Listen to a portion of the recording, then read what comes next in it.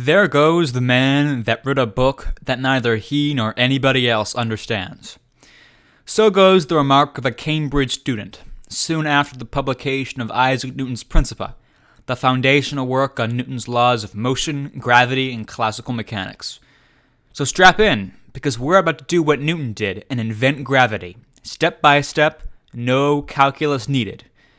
But first, let's travel back in time to ancient Greece, where philosophers are scribbling shapes in the ground. We're going to join them and draw an ellipse. Mark out 2 points, A and B, and run a loop of string along them. Then move point E while keeping the string tight. If the loop of string is very long, the resulting shape you trace will be almost circular. But if it barely stretches around the 2 focal points, the ellipse will be very long and thin. But why are we talking about ellipses? Because a guy named Johannes Kepler stared at stars for a decade and a half. Kepler noticed 3 relationships in all the data he collected. First, the orbit of each planet is an ellipse, with the sun at a focus point. Second, planets orbit faster when close to the sun and slower further from the sun.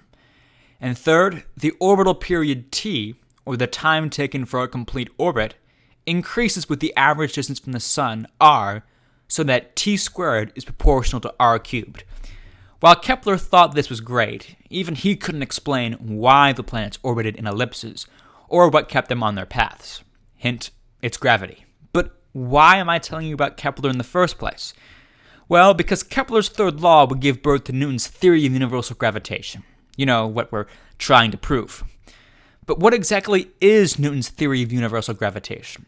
Essentially, it's that everything attracts everything else with a force directly proportional to the product of their masses and inversely proportional to the square of the distance between their centers.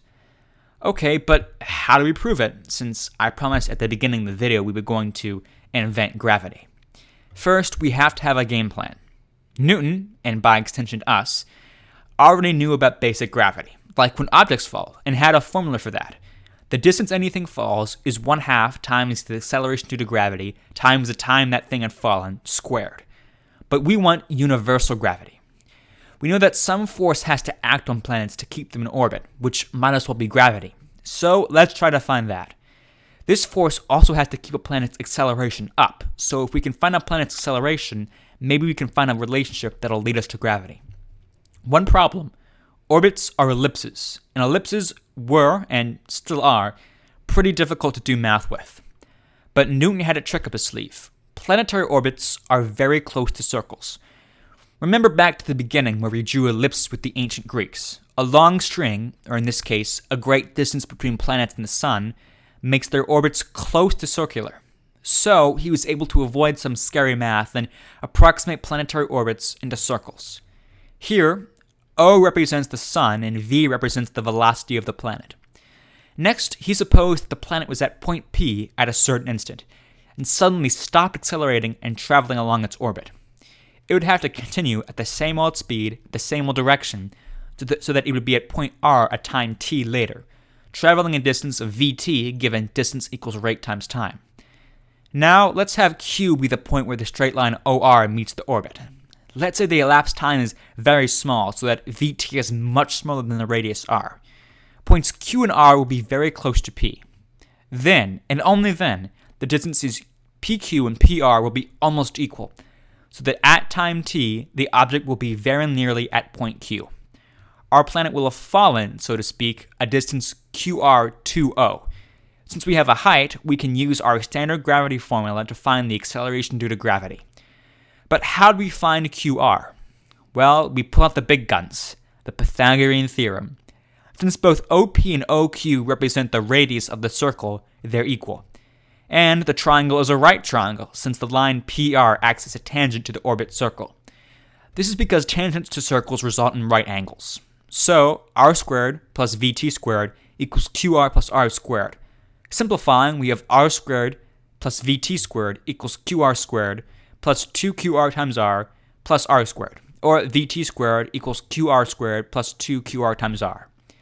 Since q is so small compared to r, qr squared will be very tiny compared to 2qr times r, so we can ignore it for an approximate answer.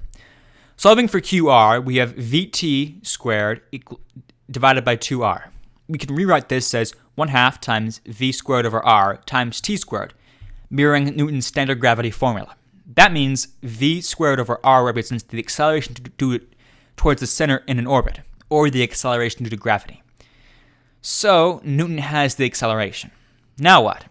Return to our original circular orbit and use Kepler's third law.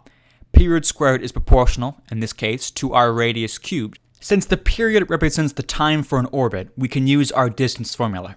Given that the distance of the orbit is just the circle's circumference, and the period is just the time for one orbit, it's just 2 pi times r divided by v. Squaring this to t squared for Kepler's law, we have r squared over v squared, which is proportional to r cubed. Doing some manipulations, we have v squared is proportional to 1 over r, and v squared over r is proportional to 1 over r squared. And since v squared over r represents acceleration, which is caused by a force, the force of attraction due to the sun, or gravity, gravity itself is proportional to 1 over r squared. Aha! We found a relationship and 1/2 of Newton's universal gravity equation. Good work. And see, that wasn't so hard. You even used the Pythagorean theorem. And I didn't mention it at the time, but you just did calculus. Looking at objects at a certain point, and then again a very short time later, is a hallmark of calculus. When our time was very small, we were using one of calculus's core concepts, a limit. And just like we used it, Newton did when he formulated and published his findings, introducing calculus to the world. Not so scary now, huh? So go out and tell your friends you just did some calculus, and know how Newton discovered gravity. It turns out, with a little math, history, and ingenuity, you can do almost anything.